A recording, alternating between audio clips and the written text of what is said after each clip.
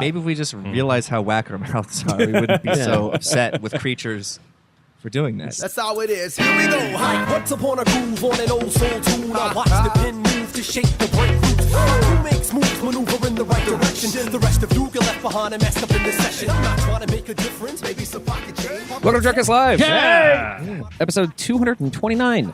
Sure. In your Drunkcast style, I'm Travis. I'm Dylan. We're a podcast takes place in Don's Depot in Austin, Texas. The best bar in the world. Even when it's 1,000 fucking degrees Even outside. when it's trying to kill us. Which it is. We like to have some drinks and talk about the things that happened in the week in media, entertainment, with politics whenever we don't want to. Turtles, of course. And it's also our 5th anniversary. And we've been doing this thing for 5 years at Don's Depot, and it's been pretty cool. And Happy birthday, Drunkcast. The first time we did it, I had the only decorations I had were Ninja Turtle stuff from when I was in high school. I mean, they were vintage. They were vintage, yeah. And before, of course. And put them all down, and so every year it's been keep it turtle going. themes. This is all very, very new generation turtles as well. It is. It's hard to find the old stuff. I on mean, eBay, yeah, of course. you know, You're not without shelling out some serious coin. You're not gonna find like shelling. At least you know. not. Hey, It's not Michael Bay though. It's not Michael Bay. No, it's the God. Nickelodeon reboot. Was like, oh cool. yeah. No, we're No not nostrils. gonna. No No nostrils. It's the one rule we have on this show. So we like to talk Turtles about don't Ninja. have We nostrils. like to talk about Ninja Turtles and things that happened in the week with some interesting people. We've had McWaters coming over here. Hello. coming Happy back to our show. birthday. Hello. Happy birthday to him for sure. His birthday always comes around the same time as our I thought it was anniversary. saying happy birthday to the show. Okay. I was. Well, he was, but also it's his birthday. It was. His beard is a separate birthday. That's different. That's yes. true. Yeah. Yeah. That still needs. Pizza. Yes. paperwork to go through with the government for For a Social beard Security. certificate. Happy. Well, no, it's just he has Beard social Day. A long form beard certificate. Yep. I Don't just give Trump saw any ideas. the first ever. Wait, and that's also Nathan Ehrmann. Oh yes, Yeah. Other interesting people. One of our other favorite people. in the world. I mean, perhaps there's a world where I need no introduction. This is not that world. Podcasts are difficult to be Yes. like, oh, who's that voice? Oh, it must be Nathan. It must be that Nathan character I've heard so much about. Who's that voice? This is actually kind of close to the first birthday of me being on the show. Yeah. Yeah. I've been on the show. This is number 3 for me, the Fightin' 3, as I remember. right. Yeah. I'm happy to be back on. I thought about this a little bit because my second appearance, if you all want to go back and listen to it and just totally understand the history of Nathan on this show, We'll give you an hour. Go ahead. was the day of Trump's inauguration. So it was a pretty bummer show. So I feel like this is going to be a return to form Yeah. of me being a little delightful Let's get you back. because that show was just like Bummertown, USA. All I know is there's an artistic challenge waiting for me because I've gotten 2 sweet pieces of art out of your appearances on the show. Hell yeah. So okay. I figured The something first out. one was Skyfall. What was the second one? It was the Quiet Storm. Ah. You're the Oh DJ. God, it was beautiful. It was moving. Beautiful. About you being a DJ, yeah. Beautiful. So this show, we like to talk about things, like I said, that happened Yeah. over the week. We try as hard as we can not to talk about Trump, which maybe that was when we first started that rule. Yeah. I mean, it's not even worth it at this point. Yeah. Yeah, I mean, what could you possibly talk about that's not already been talked to death? Yeah. I mean, well, it's a new day every day for Trump. The Things- mooch. But I stay off Twitter, Exactly. so Well, it's not even Twitter. It's like it's just everything. But we're not going to do that because Adam just saw Spider-Man. I'd like to talk about Spider-Man. I've seen Spider-Man. You've seen Spider-Man. Nice. Dylan hasn't yet. I've not seen featuring Spider-Man. Austin's own Martha Kelly. Yes. Yes. Indeed. You get to see little Martha in that movie. Yeah. I thought that was like I did look at that and look again. I think it's hilarious. I don't know Martha personally. I'm not going to pretend that I do. She but it's interesting because she is getting billed with that credit now. Like the credit that I see people putting on like Austin local show posters, right? Like so I mean if you're marketing somebody, you want to think about who you're marketing them to. Like I might market Martha in Austin as a funniest person in Austin winner. I might even say if I'm marketing her as a stand-up, I might market her as having done a Comedy Central half hour, But literally everyone's like, "Holy shit! You've been in a Hollywood movie and you're on an FX TV series. I'm putting those on the poster." yeah. And also, like, I wonder if there's a level of self-consciousness on her point because she tweeted about this that she was on set for a day, Yeah. and like her role in the movie, I mean, she does a thing, and that's great. Like, she deserves everything she gets. She's great, but it's also like, I know that I'm the type of person where if I had a thing that I didn't think was like worth bragging about, I wouldn't want people bragging about it for me. Sure. But yes, that movie does contain someone from Austin who is a very nice and kind human being. So you should go support it, if for no other reason. But there are plenty of other reasons. It's also a really fun movie. There was Adam acting as Drunk Cast Live. Also added Cuboids, a film on alternative Earth-shaped philosophy. May I do the update real quick on that? You can if you want to talk about it now, but we can talk about that later too. We'll catch it later. Yeah, we're just catching up. Okay. But really, it's a catch up with Nathan. you know, being on the show. We can talk about stuff about doing this thing for 5 years. We can talk about how whatever. the Earth is a cube anytime. Yeah, I mean that's never going away because that's The true. most recent Facebook chat between Travis and I was about the Castlevania series on Netflix. So we're going to go deep into that, all 4 episodes. Okay. Yeah. We're getting real on some Castlevania shit. I had not watched that, but my wife did and loved it. Yeah. What a beautiful relationship to be in. Yeah. I was, when I saw the announcement for that series, I was in a relationship, and thankfully was no longer when it actually came out. Because I don't know how I would explain to anyone who even is attempting to like me as a human being, who I would be like, yeah, I gotta binge watch this Castlevania show. Nathan, what's Castlevania? And go, hey, you know what? I love that reply. What is a man? Nothing but a miserable bag of secrets. How about you? Is that from Symphony of the Night. No, it's from Symphony of the Night. Is it from the actual Dracula fight, or is it from the Succubus dream battle? It's from the very beginning. It's from the beginning. It's from the first Dracula. Yeah. It's for the first Dracula. It's when Belmont shows up. When Trevor Belmont comes in, and then it's like, what is a man? A miserable pile of secrets? And he throws the wine glass. Yes. And he says, "Have at you!" And then it's the fight. Yeah, and it's like a little cinematic that begins the game. Yeah. And then you run up and Death steals all your crap, and then you go Alucard, Death steals your stuff. Yeah. 16-bit wine glass breaking was. Then 100 days later, you've done everything. You've gotten all the gear. You fought what's it in the reverse castle basement? Galamoth, that ridiculous boss. Yeah. You've done that one, which you don't even have to do. with the fastest brass knuckles you ever got. Yeah, Oh, that's that was a good weapon. That's like such a fright. Like, because I was a kid, that was like solid kid era for me. PS1 playing Symphony of the Night. Yep. What a motherfucker it is as a youth to be like, I worked that hard for nothing. Because like, you don't learn how to be a completionist until you're an adult. As a kid, you're just like, look, I masturbate four times a day. Yep. Like, I don't want to fight a boss. I don't have to. Yeah. Maybe I just wasn't a disciplined kid. I don't know. But I was just like, when I found out that I could have gone to Dracula the entire time, Yeah.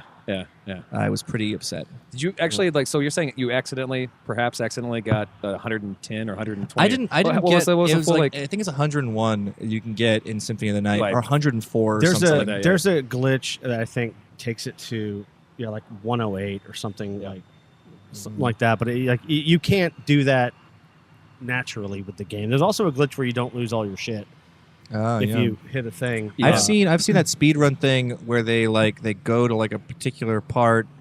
You glitch into the reverse castle, and then you go to this very peculiar part, and you frame manipulate to the point that you clip through a ceiling and then end up in the little inner cube where you fight. What was the sorcerer's name again? The magician who revives Dracula. He has a word for a name. We'll call him Jerry. Yeah, Jerry's there with his robes on. Word for a name. No, he has a dictionary word Right. It's for not a name. Yeah. It's not a proper noun. It's And Jesus. and then you fight Dracula, and yeah, you've done all this weird stuff so that you beat him, and it's like 15 minutes, like a 15-minute speed run of the game. But yes, that was a delightful internet conversation I had. So we could talk about Castlevania. We can talk about some nerd shit. Dylan wants to I like it a lot. die so bad right now because we're doing the. I just have nothing to offer. Yeah, he hears anything about video games and he just starts drinking. Yeah. But he's already drinking, so It's hard to tell. Although I will when- say, what started this whole part is your concern about how no one, if you said you needed to binge watch Castlevania, no one would possibly like and you as clearly a person. I'm wrong, Adam. You're in a relationship where someone understands that. And Well, that's true. But even if somebody calls you and say, no, I have to binge watch this thing. And they go, what's Castlevania? And you go, why don't you come over and find out?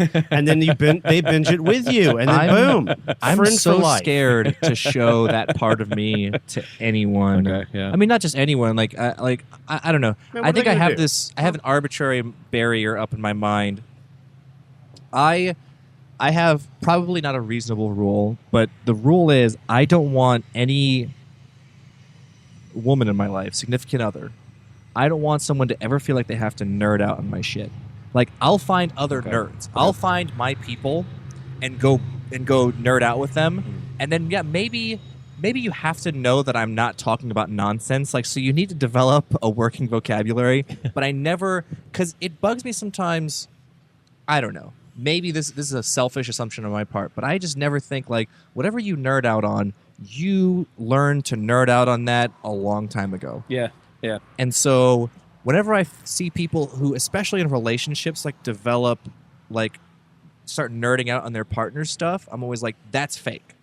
Like, Right. I get it. You're It's being codependent. I don't want to think go that that's- far with it. Andrew watched the first Captain America movie. My wife watched the first Captain America movie, and she enjoyed it. So I showed her Iron Man. She enjoyed that too. And then we watched the second Captain America, and she was like, well, she fell asleep because she was tired, but didn't go back. Because it was all happening in one day. She liked Yeah. Ant-Man. I mean, like, it was just like, hey, you want to watch these? She's like, yeah, this is fun. That's Well, not right. nerding out. That's That's just enjoying. But Yeah. the Well, thing this was is, in the one thing is, I Sunday, think so. that's not unreasonable. There should be a healthy separation of interests, and like if you are okay with the things that they do that you utterly dislike. Yeah. For example, my wife really enjoys karaoke, whereas it is hands down the most depressing time I can think of. I do not, but the she's emptiest of orchestras. yeah, she is free to enjoy those things, and I'm totally cool with that. And I do a ton of shit that she could give a fuck about. Mhm. And then we have a lot of overlap because she is one of those people where it's like Yeah. she did play video games, she Yeah. did read comics, she did enjoy those things growing up, just like me. So I think And it's Andrea just, did not. She didn't do any of that shit. didn't do any of that Yeah. shit. I think if people, I always feel like in relationships you have, it bugs me to see people like give up their individual identities in relationships because I just feel like that's cruising for a bruising. You know, that's like Right, you're that's- not. It's going to That's- unfold at some point. Yeah. It's Yeah, gonna that's- collapse on itself. Yeah. That is going to 'Cause- be a problem, Yeah. guaranteed. I love the idea like Don't do of a relationship where you know you meet when you're talking to one party or the other. They're like, oh yeah, they're doing their whatever, you know, like, oh, he's doing his like shuffleboard thing, and Yeah. you're like, what? And he's like, oh yeah, he plays shuffleboard every Tuesday. Hey, it's just his thing. He goes and does it, and I'm like, man, good for you. Because I feel like some people that infringes upon their concept of a relationship as no, we become one. Yeah. we do the joint Facebook profile. Right. That's the new Oh, yeah, answering machine. Don't get right? Adam started on that. Don't do the joint Facebook. That's like the new put your finger in my belt loop. That's that is Let's wear the same shirt to school. yeah. Like, That's some No. scared straight stuff right there. My hand in your back pocket. Yeah. Oh god! Is there an episode of The Simpsons where Marge and Homer start doing that? It's just making the kids uncomfortable. Probably. Yeah. Let's take our first break, and we'll come back with more show. Wipe the dust off the canvas and wait till we break. I like the idea that you would hang like a server card off of the kid's propeller beanie. It's like get this thing out of here. And boom rock, we're here to rock you. It's like, damn, what a vibe. Woo. I got my own Marvel soul just drip. kills it. Welcome back to the show, everybody. Hey! Segment 2, called Double Deuce. Yeah, it Kind is. of like a general topic thing Yeah. about things we probably agree on which we agree. So yeah, Adam just got finished watching Spider-Man. Today, this very day, 11:15 this morning.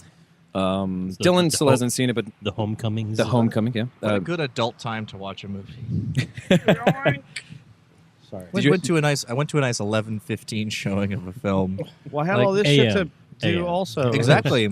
Like I would book tickets for me to see an 11:15 show, and I feel like it's a turning point in your life because people are gonna if you're 30, then your 28-year-old friends are gonna look at you and be like 11:15 for movie, and you're gonna be like, get out of here, whippersnapper. Yeah. I go see movies when I can. Okay, I put them on my Google Calendar. Your youth makes my head hurt. Be gone. Well, also the cool thing was that Flicks, which is very near my house and one of my favorite places to go see movies, serves alcohols. They brew and serve alcohols. So basically, the lesson here is never go to any theater that does not serve alcohol. Right. If it's not Alamo or it's not Flicks, just don't go to that movie. It's okay. Yeah, one of our buddies went to an IMAX showing and completely forgot because he'd been going to Flicks and Alamo and all of these places for so long that he sat down in the IMAX seats are definitely like trying to like push you off of them. You know, you're sitting so forward, it's so tiny, and then a kid sat next to him, and he was like, "Oh shit, that's right, I can't get a beer here."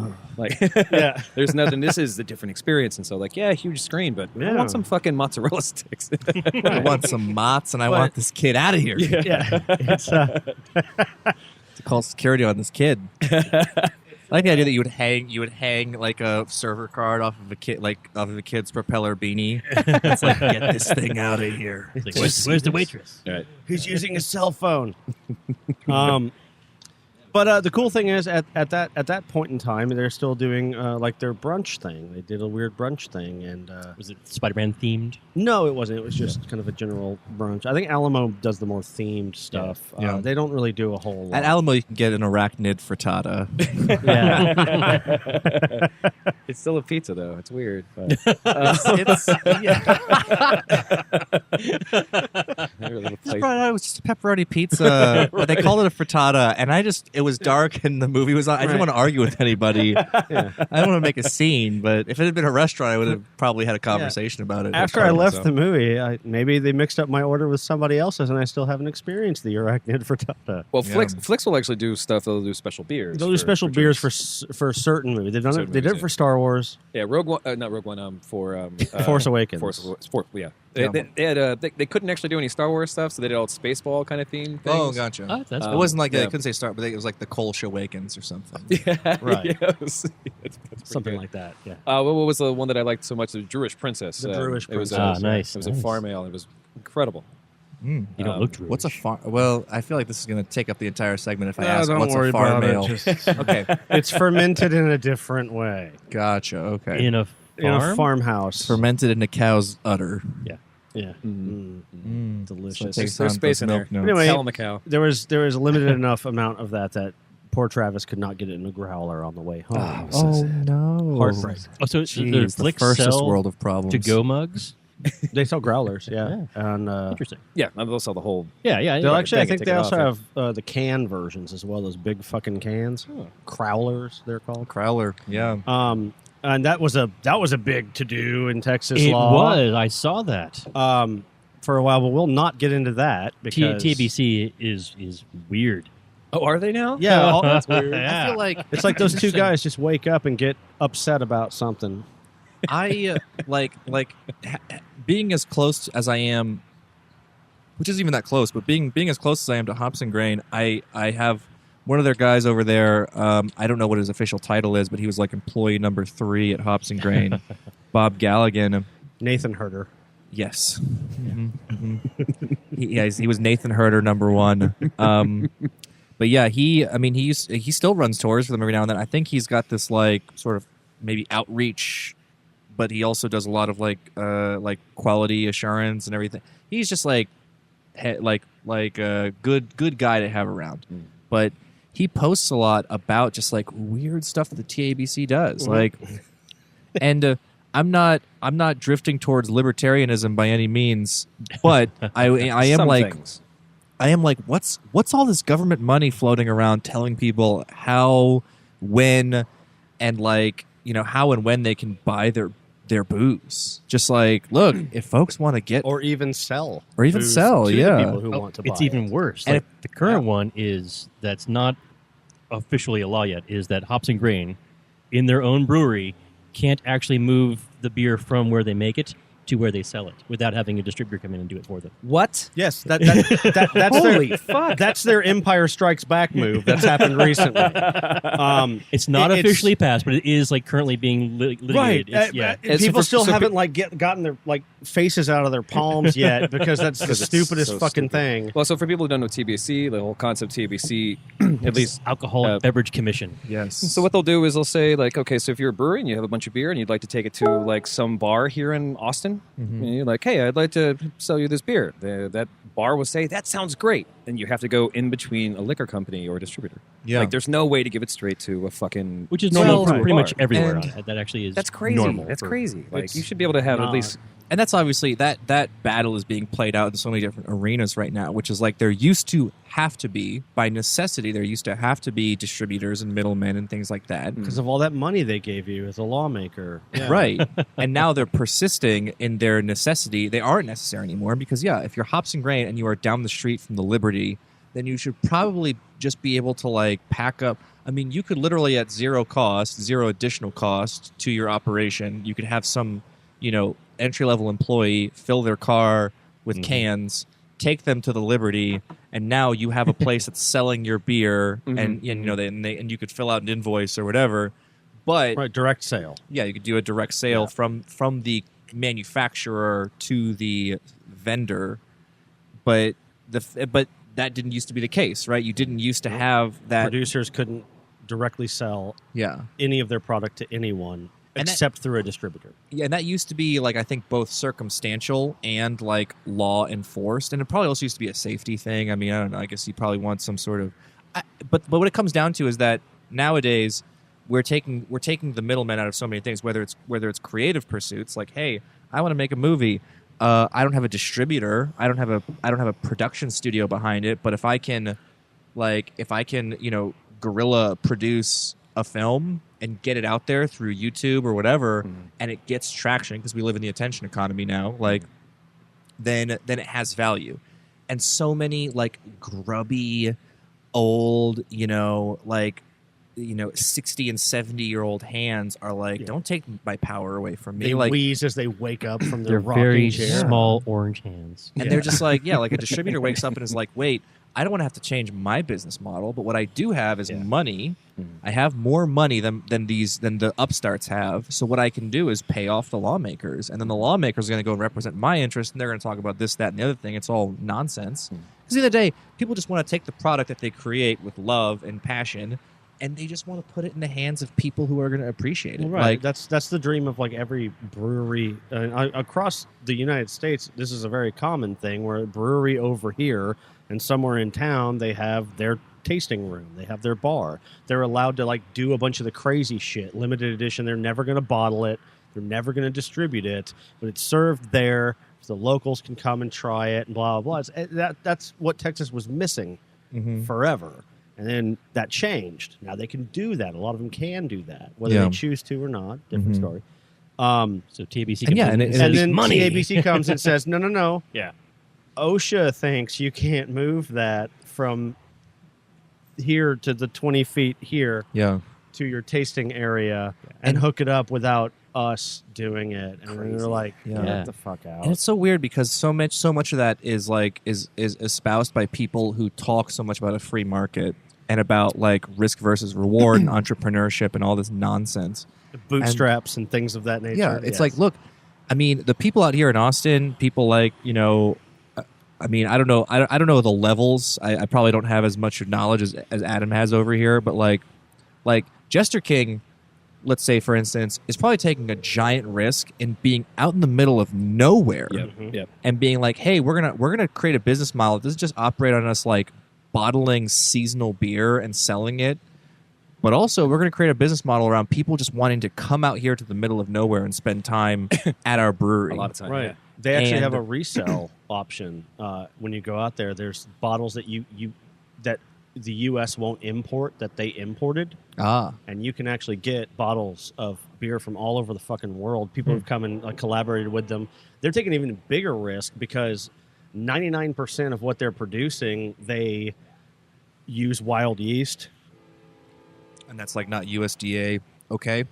Well, I mean, it's in the fucking air. I mean, what are they going to do about it? But Oh, but it just affects the quality, like the consistency. well, yeah, of but it, that's where farmhouse comes from. That concept is just you have this kind of open barn area, and it sort of naturally, like yeast blowing around in the air, sort of naturally gets to it and does the fermentation process, or infects the fuck out of it and turns it into a bog. Hell yeah. In between changes. And- we did the Nathan on the beach earlier, which was basically a bog shot. Sure. Well, luckily that had enough actual liquor in it to kill anything. of malicious nature. Yeah. But anyway, I mean coconuts. They're great. They're fantastic, and they're the ones. They were the catalyst for all the changes because they were like, "Dear Texas, dear TABC, none of this shit makes sense. Meet my lawyer friends. Let's go." Yeah. And they did it for like over the course of 2 years. They changed so much. Yeah, and now they're fighting back. The Empire's striking back. Yeah, and they're taking huge risk. And I don't know. I'm just a proponent of like do the thing that you love and make it so good that people can't ignore it. Like Right.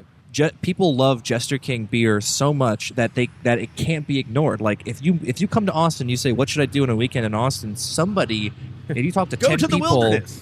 someone is going to say, "Drive, out west." It's west, right? Yeah. It's west. Drive out west, Southwest, yeah. southwest, out of Austin, away from all the brunch spots and all the nonsense, and go hang out in this like farmhouse brewery. Because their land is amazing. And it's and they've done all the work. They've done the things that they're passionate about and that they love, and they're entrepreneurs, and they should be able to reap the benefit of that. And yet you've got again the grubby little, old white dude palms that are just like, we got to come in here as distributors. Woo, get me my distributing stick. You see this card? It says Budweiser. These whippersnappers are trying to cut us out, and that's what it is, a racket. Yeah. I don't know. And But honestly, after their changes, there was like a 400% jump in new Texas craft brewers. Yeah. Which is why All over the place. their Empire's fighting back, because now there's 400 more customers Yeah. they can get a gouge And into. honestly, and- some of that shit everywhere. It's crazy. Freaking Waco yeah. has bear arms, and they do amazing work. And Yeah. fucking Granbury, Texas.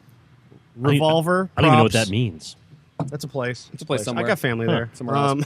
Well, and like you have some fucking incredible beers that you make yourself too. Not these days. Pflugerville water is poop. Oh, Oh no, That's a bummer. it's a All my boil notice in Pflugerville. It's bad, man. It's just everything comes out bad, not good. Fun. So Fun. now I have to buy gallons and gallons of water just to start off at a better. Anyway, I'm not brewing right now, Yeah, that's a but bummer. I You know would. who else doesn't homebrew is Spider-Man. Oh yeah, Speaking we're of supposed to talk Spider-Man. about Peter Spider-Man. Parker. I just Sorry, saw this guys. movie, Spider-Man. Peter Parker, 16 years Dylan, old, first can't even it's- drink a beer. First, it's video games. Now it's 15 beer. He can God. hold a boat together with his webs. Can't even have a martini. Mm-hmm. Can't prescribe medicine. 15. Spider what a rough teenies. age. 15? Oh, he's 15. Yeah. Okay. Is he 15 in the movies? They went Yes. back. I do like he's that a they kid did now? a teenage Yeah. Spider. Well, because I don't know, Tobey Maguire was a teenage Spider-Man, but you go back and watch that movie, and you're like, Tobey Maguire looks. He's 40. 28. Yeah. Yeah. Exactly. Yeah. He, he looks like he that. lost his marketing job. Like he didn't know what to do. And Andrew Garfield was kind of similar in a way. He was like somewhere between that, but also too attractive. And they finally just went with like an actual kid. Yeah. Yeah. And It's a bold move, Cotton. See how it it plays was, out. it was a bold move. I loved it. He's a surprisingly fit kid, but he pulls off the 15 thing in Yeah. attitude He does quite yeah. well. And the voice, I think. I think the just voice, having, yeah. It's weird. I know what a girl sound like. Yeah, you're gonna have those moments because it's like when Edward Furlong's voice dropped during the filming of Judgment Day. They're gonna have that like during Infinity War, and they're gonna be like, "We spent $7 million." It's like what's his name, Cavill, Henry Henry Cavill. Cavill. They have to digitally because he's shooting. Oh, his mustache. He's Yeah. shooting MI. Like, I thought you were talking Mission about his penis Impossible because they right did that now. with his penis too. Right, So, exactly. Yeah. No, that's real. It's not a bit. I mean, like Oh, they had to digitally edit out because the Because he costumes was are in the tight. No, because it's so Tights, yeah. huge. Like it was comically huge. They literally no. Seriously, look it up. It's crazy. It's like, I believe it, but like what? same thing with Yeah, dude's got a man. banger. Willem and they're Dafoe, like, oh apparently, god, too. I can't not see it. But the stash. So, but yeah, the Yeah. stash. Sorry, I didn't cut you off. Well, yeah, he's shooting the new Mission Impossible, and he has a mustache in that, and now they're doing like reshoots for Justice Justice League, League, yeah. and so they have to bring him on. He's contractually obligated to keep the mustache Yep. for Mission Impossible, so they're shooting all the stuff with his mustache. They're going to have to spend millions of dollars to Classic remove DC. this Yeah. classic DCEU move. DC moves, yeah. Well, it And starts with a it's- reshoot, and then it Yeah. ends with a fucking stupid idea. I just can't wait until the first review for Justice League comes out. That's just like Suicide Squad with good guys. Like, it was like, oh, we believe. We wanted to believe so hard. It will be, and like that's the saddest thing. Like DC is just getting like beat against the ropes. Like Marvel's just like, we made Ant-Man. Fuck you. And everybody loved it, and we did.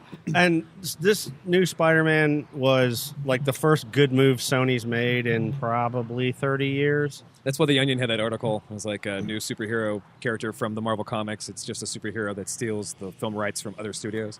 Like that's his own superpower. Very nice. Because Yes. Sony, how'd you fuck this up for so long? I love how the Marvel Cinematic Universe is getting bold enough to keep making their stories like smaller, but still really good, and tie them in real nicely to the bigger ones. Yeah, and it's just like it all flows and makes sense, and you're like, oh, look. And like when Iron Man RDJ like is cameoing in the movie, it doesn't feel like sort of a ham-fisted like, here's more celebrity for your dollar. It just literally feels like, no, all these superheroes exist in the same universe. Yep. So it also feels like he gives enough of his shit that he actually is okay with being in. Yeah. As a cameo or something in another like IP. Yeah, exactly. Side of the thing Because to tie it together. he is Tony Stark now. Because he is Tony Stark. Yes. It's just, it was really delightful to watch because for a long time, superhero movies, comic book movies, I think felt the need to be more epic than they were, Like, bigger than they needed to be. bigger than they needed to be, Yeah. and the thing is like if you want to go big, right? Yep. But if you're going big because your studio is not sure if your movie is going to play, then it shows, right? It shows it's like shallow. Yeah. And I think Dawn of Justice really suffered from that because Dawn of Justice could have been like a 3-issue arc. It could have just been like Batman and Superman met and they fought, but then they were like, "Hey, can you shoehorn Doomsday in there somewhere?" that was such a mistake. 'Cause how big was that in the comics? That's the Like, biggest when problem it with came DCU out? entirely, though, is that they are rushing towards the Avengers. They just don't know how to fucking just calm down. You didn't have the Avengers first. You had fucking Iron Man, and they felt that out. People like this. Okay, let's do a Captain America thing. Let us not forget the great experiment that was the summer of 2008, Iron Man and the Incredible Hulk, and they go, "Hey, we should probably make movies this way and not that way." Yeah. That's funny. Guys, hear me out. It gets better. Oh, look at these numbers. It's like, hey, Sorry, Ed Norton. Let's take a break, and we'll come back with Fighting 3, which we'll probably not be fighting because it feels like we're going to talk about comic movies some more, and I can't wait. Hell yeah. So wait. And it's So, like, yeah. I bet she feels great about that. Train slowly sewing my name on the quilt. Great. Wipe the dust off the canvas and wait till we break. Welcome back to the show, everybody. Yay! Segment 3, the Fighting 3. More stuff that we're not going to fight about. Between breaks, we were talking about Nathan was talking about the idea of, we're talking about Baby Driver, and watching Baby Driver. You watched Baby Driver, and you got to the point where you were watching Spider-Man, and there was something about Baby Driver that kind of not drove you crazy, but that Spider-Man did better. Do you want to finish that thought here? Oh, like in terms of like keeping the characters like virtuous. Yeah. Well, you go watch Baby Driver, and Baby Driver has all of its lead characters are criminals. Everyone's a criminal, right? And they're all in league with the criminal code, which is we're going to steal stuff, we're going to intimidate people. But the good criminal is going to be like, well, let's intimidate but not hurt. Let's outsmart the people who have too much money, Robin Hood, blah blah blah. So it's just sorry to interrupt, but it is a poor and boring cast if all you have are just raw, heartless, terrible people. Murderers without a backstory. Yeah, like where it doesn't matter, Suicide none of it Squad. matters. Suicide Squad. Right. Yeah.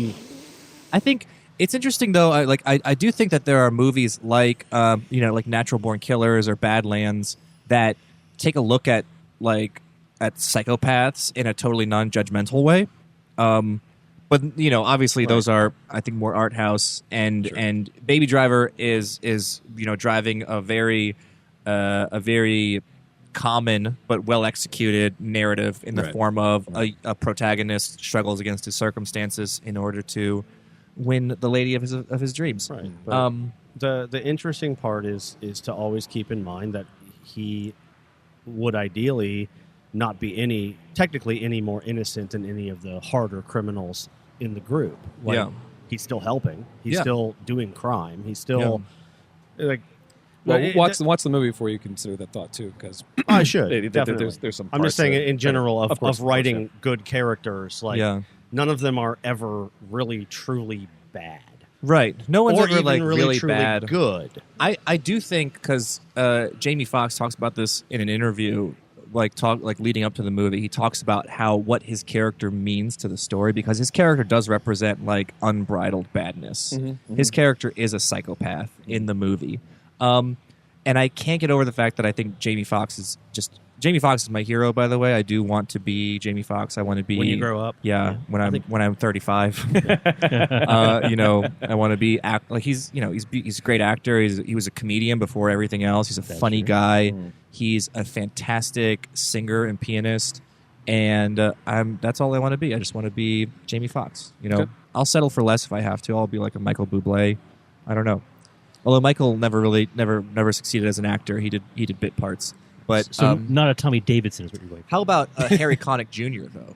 Okay, I think we could work that the first and third out. Yeah.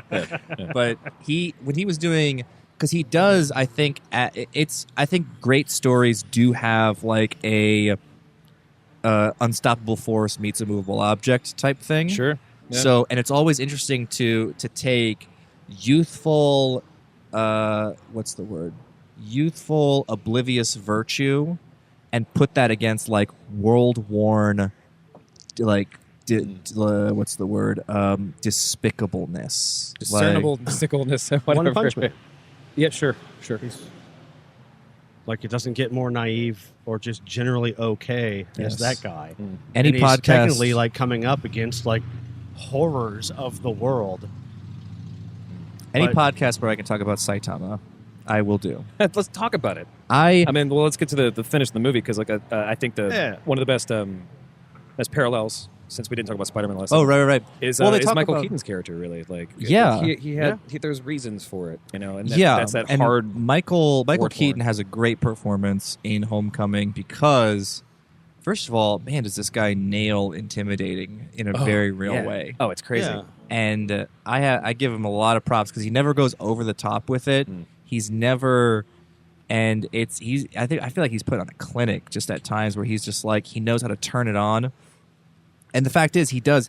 They have a really good sort of flashback in the beginning of the movie to explain why he got the way he was. Right. And in some really good writing, they give you the setup to why this character is going to be relatable later. And he was it was Yeah, showing you the creation of a villain.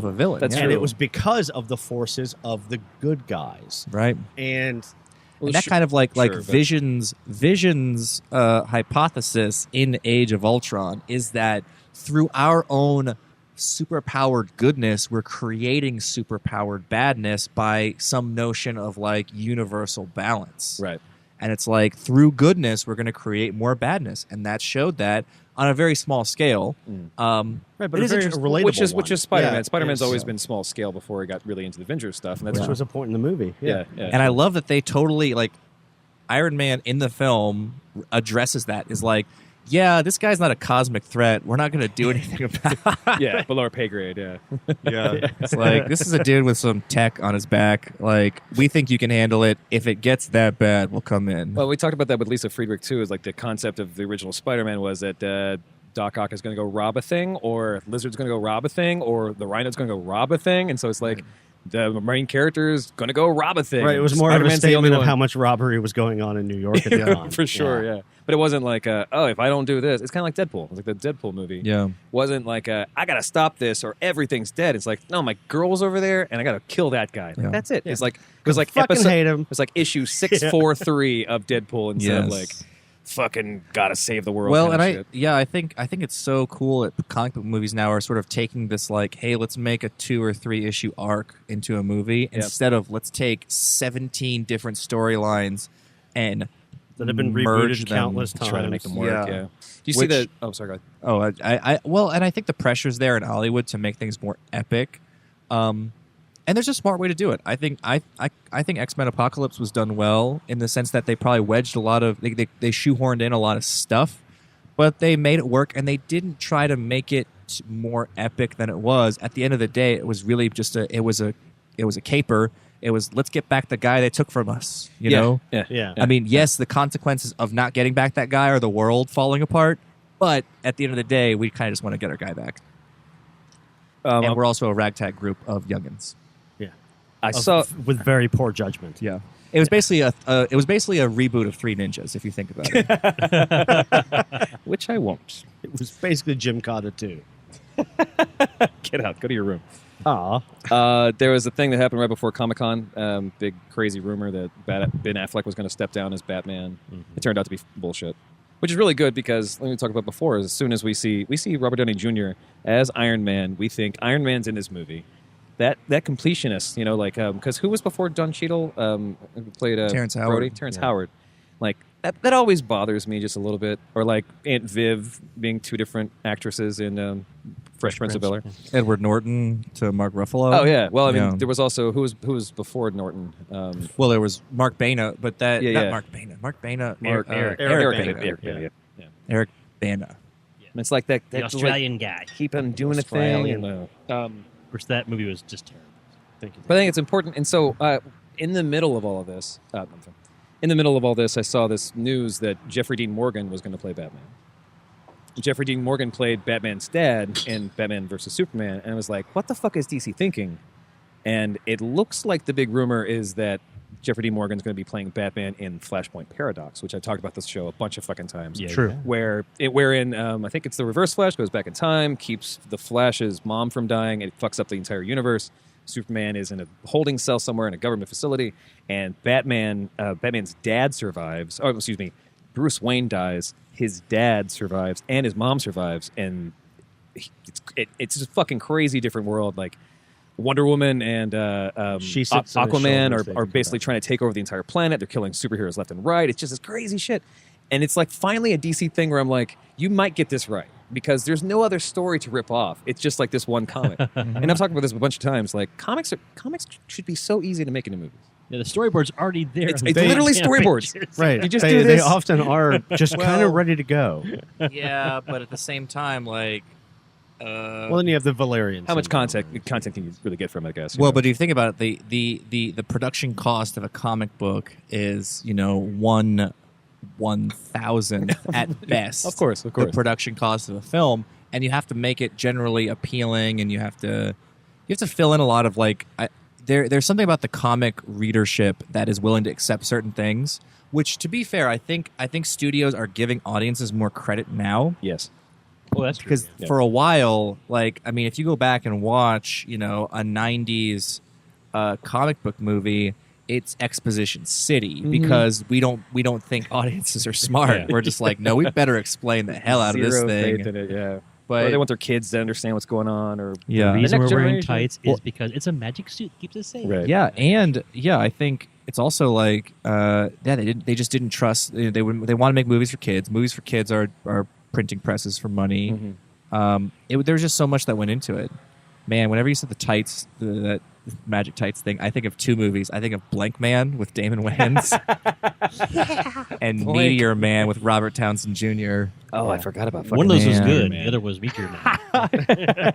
Dylan, I thought you said Windows was good, and I'm like, Oh, yeah, no. those were the days. One of those was I was just like, man, we're taking it back on the Drunkcast. Everywhere. When Windows was Yeah. good, Windows and was when good. Damon Wayans was a film talent. Okay, Blank Man is a solid movie. I stand by Blank Man, yeah, David Alan Grier, who's like the green. He's like the Kato to the Green Mask. Except he has no powers. He doesn't even get the bulletproof formula on Nope. his suit, He gets shot. and he gets shot. And then we have to deal with that. What was that sketch comedy show that ran In for Living me? Color. In Living Color. He was David Allen Greer was my favorite on In Living Color when I was a Yeah, David Alan Grier. That's where Jim Carrey got his start. I was a big Jim Carrey fan. That's right- where right Damon then. Wayans, Keaton Ivory Wayans. It was a Wayans family production. Kim Yeah. Wayans was on that show. Marlon Beyonce? and Sean, I think, were too young. Beyonce? Beyonce was Was she a fly girl? She was a fly girl. No, J-Lo was a No, fly girl. J-Lo was a J-Lo fly was a girl. fly Beyonce girl. was like I think 15 of when that In show. Living Color as like the Disney Kids or whatever that thing was. Like No, a bunch man. of just performers just Yeah. kept coming from it. I had like 3 or 4 VHS tapes with episodes of that. Jamie Foxx was also on In Living Color. Yeah, that that's was true. that was a Yeah. starting point Yeah. for a lot of great talent. Yeah. And I it makes me harken back to a day when I feel like there was a sketch. I mean, I think there are sketch comedy competitors to SNL now. Like you've got your Key and Peele's and your Inside Amy Schumer's type shows. But man, because I think at this point, like, I'm going to be realistic and think as a comedian and actor, like, there's a solid chance you're never going to see me on television. Audience, I'm so sorry. Right now, you guys can't see this, but the whole table's crying and they're saying, "No, Nathan, keep going." I'm seeing you on television right now. Thank you. Yeah, you're seeing me on Amazon Download via the Trolls. That's true. Actually, you can watch on Amazon Prime right now. Yes, Nathan Ehrmann as the lawyer. as good hair lawyer. Good hair. Lawyer, good hair. That's how they put in the credits. That's how I put on my resume.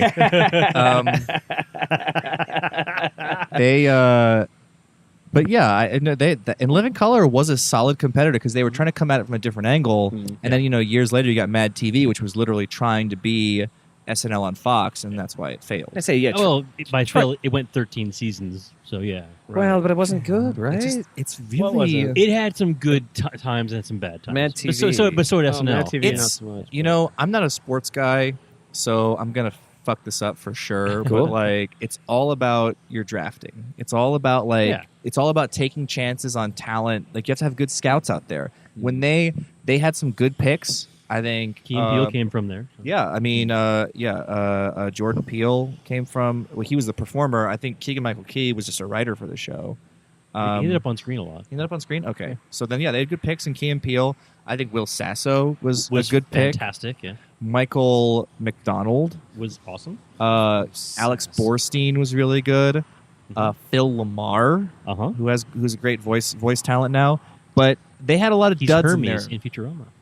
He's also Aquaman in Injustice 2 and Injustice 1. And Alex Borstein Nice. is Meg Griffin from Family Guy. Yeah. Interesting. Okay. Well, no, Meg is. No, it's not Meg. She's the wife. The she's what's the wife's name? Lois. Lois. She's Lois. Hey, Lois. Yeah. Meg Yeah. is. From I that actually literally 70s had to show. think of you Hey, saying, Lois. "Hey, Lois." Yeah. Remember that time I got your name wrong? Yeah. Let's talk about that for 30 minutes. It's a chicken. Yeah. But yeah, I think it is just about it's about your scouting and your drafting and taking chances. Because I think in Living Color did that too. Because I think Jim Carrey was an SNL reject. I think that's right. That so is, many correct. great performers are. I mean, Steve Carell, Jennifer Aniston got rejected from SNL, and then like a month later got the Friends gig, and it's So, yeah. I bet she feels great about that. Damn. Jesus. She's still getting checked. I'm She just doesn't like, understand. I'm like, dude, if you ever want to tell somebody a failure, like a blessing in disguise story, tell them that. What did Steve Carell? Where did he start? He went to he got rejected from SNL, and then Yeah. he went to do Daily Show. Yeah, And then it he was directly to Daily Show from there. Yeah, and then he was Daily Show correspondent for like 2 or 3 years, and then he got the Office gig. Crazy. And then he was movie guy after that. Yeah. I don't know if he did 40-Year-Old Virgin before or after Office. I thought it was during, actually. During? Yeah, I think it was. I think he was like, yeah. So he was already a TV guy, and then he did 40-Year-Old Virgin, and then he But he came from improv, I think, right? Yeah, he was a Second City guy. Yeah. 2005, and The Office was last episode was 2013. So Yeah. the same time? from 2005 to 2013. Yeah, March. so it's kind of a good market synergy tactic. Like, let's get a guy who we know is going to have a movie release and then have him be the lead in our show. Although it's interesting because The Office and Parks and Rec are both so easily dismissed in the first season.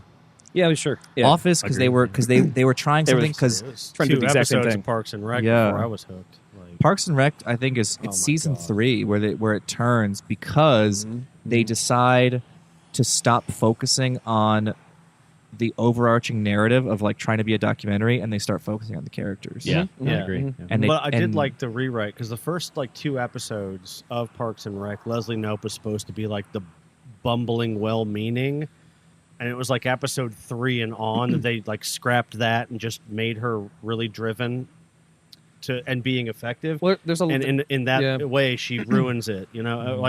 She's less effective. Well, because she's Leslie her. Knope was like someone was trying to write like a mean what's what a Hillary Clinton character would look like in local government, and then Ron Swanson was more of a the straight man boss kind of mean, but whatever. And then all the characters are different. Andy was a piece of shit, Yeah. and then Yeah. around the third season, and it's then they started. they're all lovable. Yeah, and, Yeah. Oh God, what Yeah. a fucking fantastic show! Yeah. I think Yeah. it was through like deep exploration of Leslie and Andy that they really found the footing for the show. Yeah. And then they built everyone. They took Leslie, as a core admirable character, and they built the support around her through some absurdity. Right. And then Through you got less admirable means that then kind of came to Yeah. they congealed, and kind of a. I mean, I think for a comedy nerd, it's kind of weak. I think for an average viewer, it's strong and funny. But like then there's the fact that Pawnee is such a garbage town became an easy joke for the show. Yeah. And as you watch, if you're a comedy nerd, you're kind of like, man, this is the stuff that's probably not fun to write. I mean, I guess it might be, but like when they write things about the obesity statistics and like what used to be in the drinking water and stuff like that, raccoons. It's like they're easy wells to draw from, and I'm sure it's darts on a board for a writer's room. But at the same time, they took that and made that into a background running joke instead of making it the foundation of the show. The foundation of the show is now the characters. Right. It was the same thing with The Office. Like, when they turned a corner in season 2, because Michael Scott was so despicable in season 1. Oh, of course, yeah. Well, it was a ripoff from the different kind of style of comedy with the thing, like the British show. If we're on the note of people who auditioned for that, people who auditioned for stuff and didn't get it, Bob Odenkirk was a very strong finalist for Michael Scott. That's why he shows up later as a Okay, cool. And Seth Rogen was a finalist for Dwight. Really? Oh, what a different show that would be. Yeah. Wow. Yeah. If you go into YouTube, there's the audition tapes for Seth Rogen and Bob Odenkirk, and I'm trying to think. I think Ed Helms also. No. I want to say he might have auditioned for Jim also. I think that's wrong, though. I'm going to withdraw that for the Austrian listeners. So they don't. This show actually has Austrian listeners. Yeah. they got They got pitchforks. And Ghanaian shit, listeners, no, they're not here anymore. Listen to Comedy Happy Hour. Comedy Happy Hour instead. Yeah. Comedy Happy Hour. Let's take a break and we'll come back and do some toast. Wipe the dust off the canvas and wait till we break like And I was like, hey, was that a heckle? Did you just call me good looking with the potential of being rich and famous? Cool. smooth or bad boom rock. We're here to rock you. It's like, damn, what a vibe. Woo. I got my old soul shoes stripped. We're back on the show, everybody. Segment 4. It's Toast segment. Segment.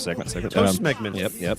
Oh, gross. We got 10 minutes. On the 10 minutes, we'll do as quickly as we can. We have some shots in front of us. We didn't get a chance to talk about Wonder Woman possible Oscar nods. That's fine. We can talk about that some other time when I know my other friends are not listening and will unfriend me for whatever. Accolades. Fight me. When Nathan is not here. Yeah. We had to. When Nathan is not here, who has not seen the film, unfortunately. I meant to go see it. It kind of... Nowadays, theatrical runs are shorter. They are shorter. Yeah. I mean, especially if you are sticking to Draft House, Alamo Draft House, shout-outs, Tim League, hit me up on Twitter, please. But yeah, nowadays theatrical runs are shorter if you're going for maybe more certain types of theaters. So it's a little bit harder to catch a movie these days. And all the comic book movies keep coming out on Thursdays. I feel like they always come out on because I've been wanting to go back to Ariel Norman's heckling show. Yeah. I wonder if that's always that Thursday. I always have tickets to go see that show like at 10:30. I always have a movie that I can't go fucking see that show, and that was so much fun. Well, she was just a I dick pic. I did off scripted Yeah, 2 or 3 weeks ago. Yeah, I missed it because I think fucking Wonder Woman. You know? I chose wrong. Oh well, I mean, I don't know if coming to see this show you would have chosen right. It was a good show. No, Eric Nemmer was on that show. He did great. Allison O'Connor was fantastic. Yeah. I went up there, and I'm not the type of guy. I'm not going to go after people. I didn't go after anybody. I didn't want to. Like there was really one main heckler in the audience, and I just made a remark about how he kind of looked like Big Van Vader from old school wrestling. It's pretty much like that was like the only jab I had, because the first thing he said when I got on stage, Which is just obscure enough to actually have like plus 20 to the effect. I hope so. Yeah. Well, the first thing he said when I got on stage, because I was like, "Hey guys, I'm not really. I'm fragile. Be gentle." Yeah. And he said, "Whatever, young Val Kilmer." And I was like, "Hey, was that a heckle? Did you just call me good looking with the potential of being rich and famous?" Cool. All right. Well played, well sir. played. Thanks, dude. That's The game is afoot. I see you play the long game. as Joe Tuller puts it, that is not a heckle. That is a helpful. Helpful. Okay. Anything else that we missed this week you guys want to talk about? Nathan, actually, anything that happened this week in TV, movies, or politics that you thought like, We hey... talked about Spider-Man. We talked about Baby Driver. That's my criteria right covers there. it. Okay. Nice. We get a chance to talk about Saitama on a later date. Oh, yes. No, well, let's just... Do you read that manga? I don't read the manga. I just Read that fucking I just manga. watch You it have on time. Netflix. Come on. Man, and it like so before I was watching on Netflix, I was literally watching YouTube clips, and I just still love the idea of a good-natured, oblivious superhero who's just so strong because he doesn't mind the bullshit. Yeah, it's Blank Man. Yeah. Basically, yeah. Saitama is Blank Man in that universe. I also like it because it sort of takes place in this like Afro samurai type universe where Yeah. the only Blank thing Man. that matters is how strong people are. Yeah. And it's just like everyone's battling all the time, and all you have to do is be strong. But if you are strong, then you invite, again, the vision theorem, then you invite other strength to come and challenge you. Right. And you have to deal with that because there are people, just mindless people. I love the Saitama origin story of him just trying to be a little businessman with his suitcase, and then this giant lobster man, crab man, comes out of nowhere, and he's like, wait, this is what I'm supposed to do with my life. Yeah. It's about finding yourself. One Punch Man, watch it on Netflix. yeah. And if you cry, It's fucking great. then you're a kindred spirit with more than one person at this table. And you will binge watch Castlevania with Nathan Ehrmann. I have a suggestion for that. This will be October 21st, I think. I'll be out of town, so you guys go ahead and have that show. Thank you. Oh, yeah. It'll just be easier I'll for put it in my everybody if I'm not calendar here. right now. It'll be segment 1, Way to cover your ass, man. segment 1 Castlevania, segment 2 Metroid, because we'll be reminded of it. Of course. Segment, the fight in 3 will be One Punch Man, and then 4 will be Potpourri. Just whatever comes up from that. Sure. Yeah, I'll be out of town that day. Okay. Yeah. We'll finally have some fun around here. Jesus. I know. Dad's out of town. Yeah. It's a party. And it'll be a shot of Jaeger for each round. I will definitely not be here that day. God. Then we're going to go all go out to South Congress and see who can pull some tail. Only using references. Only using quotes from the shows that we talked about. Yes. Yeah. Only using one line, and that line is, what is a man? Okay, now maybe I do want to be here for that. Yeah. Just to film it. Yeah, just to film it. Yeah. Because 2 out of 3 of us are married. So who's getting all the action? Doesn't matter.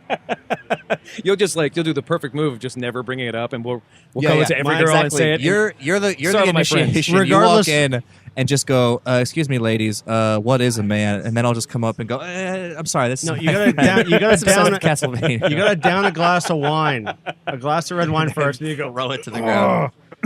What is a man? That's my cue. We should round it up. Nathan, thank you so much for coming and hanging out with us, man. Yeah, We got some shots in front of always us. This is a like a fun combination time. of a toast to you and also and Donnie and Chris Lloyd are in the audience. You guys want to take the shot with us? It's like a 5th anniversary. That's right, 5 years. 5 years of doing the thing. Today's the 1-year anniversary of me being on the show. It's the 5th year. It's the 5th anniversary of the show. I don't want to make it all about me, but it is the 1-year anniversary of Christopher Lloyd being the first person who ever filled out the contact me form on my website. That's true. That's true. That's true. Aw. We owe it all to you, buddy. I mean, I'm like, thank you, Squarespace. I paid the extra $10 for that a month for that moment. This episode brought to you by Squarespace. To Squarespace. Brought to you by Chris Lloyd. To at least 5 more years of Squarespace. Oh, all right. Not as brown. Delicious. Definitely not as brown. Nathan, where can we find you online?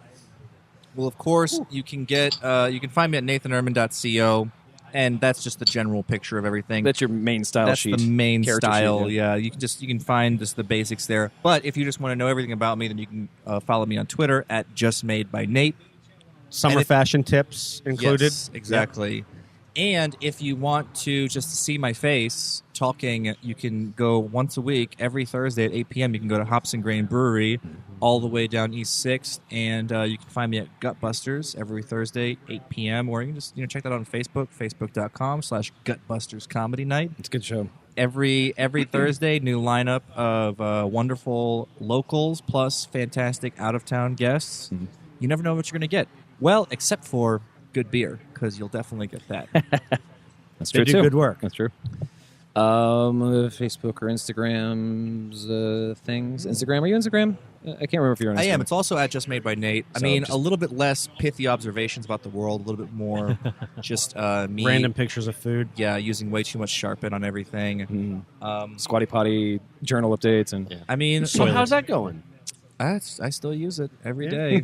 I mean, it's like now I don't know how I can live without it. I Do mean, you have I a have bidet to. attachment yet? I don't. should.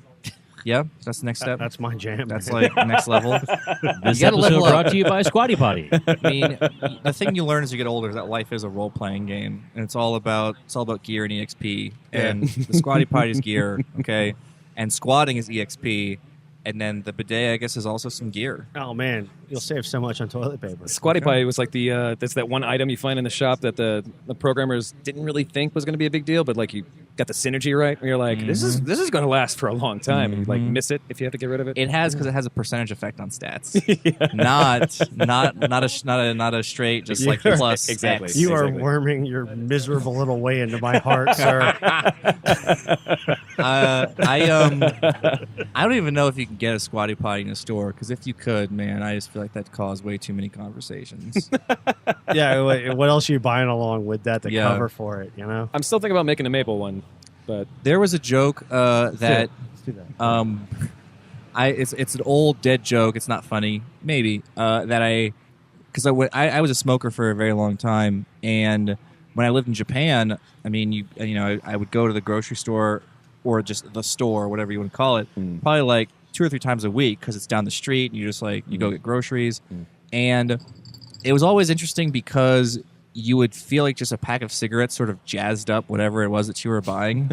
Like Just sort of made you more interesting. it just made you cool. Like, what is this guy buying? Well, he's buying milk, socks, and cigarettes. Sounds like a party. What's got he plans, doing yeah. later? Yeah. Adam, thanks for coming and hanging out with us. Of course, I love you. Always great Happy for you. birthday, Drunkcast. Happy birthday to you too, you bastards. You bastard. Dylan, thanks for helping me run the show for 5 years. Yeah, it's been a pleasure. I hope. Pickle Rick. Pickle Rick. That's a good tomorrow. deflection. Best deflection I've heard on the show for 5 years. Pickle Rick. If you like the show, you 5 want to more know. years. If you like the show, you want to know more about the show, go to drunkcastlive.com. It's drunkcastlive.com. You can find a newsletter there. You can sign up for what we talk about and we don't get a chance to talk about. You can see the little extras and stuff. Sign up for that, and you'll get some like secret links and all sorts of fun stuff, as well as any new T-shirts that come out that Adam or anyone else has been making. You can go to facebook.com/drunkcastlive or at drunkcastlive on Facebook or on Twitter. Drunkcastlive pics on Instagram. We are just the beeping to fuck me up. Questions at drunkcastlive.com. 802-359-7468. That's 802-359-SHOTS if you want to leave a voicemail or a text about anything you liked or didn't like on the show. You can go to contentpending.com for any other products that we create. You can see updates about this show and some other things that we're doing. Especially one of my favorites to produce is Sandbox with Rob Gagnon. So much fun to be a part of that process of how he makes a thing. It's good times. And of course, and there's a lot of them there, so go check it out. Go to iTunes and go to Google Play, anywhere you can get podcasts, but you can get us. Stitcher included. TuneIn. You can ask your Amazon Echo to play Drunkcast Live, which is pretty fucking cool. Yes, you can. But go to iTunes and rate us. It's really fucking awesome. It does a lot for podcasts in general. You can also now find us on minds.com. That's true. minds.com. Content at Drunkcast Live. Cool. Minds is an interesting social platform, so go check that out and jump in before it's too late or before it's passé. But I think that's it. We will have JCTV back on the show with some of his JCTV. He's gonna have a posse with him. He's gonna have a posse. It's gonna be 5 of us on one show. He's bringing lots of people. I don't know how yet. We'll figure that out later. And that should be a lot of fun. I think it will be recorded live. So check out Facebook for that. Yeah, we'll do. Yeah, we'll get back on that. But Twice. I've been Travis. I love you so much, and we hope you see you next week.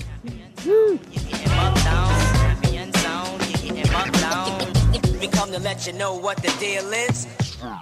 At Alamo, you can get an arachnid frittata. It's still a pizza, though. It's weird. But,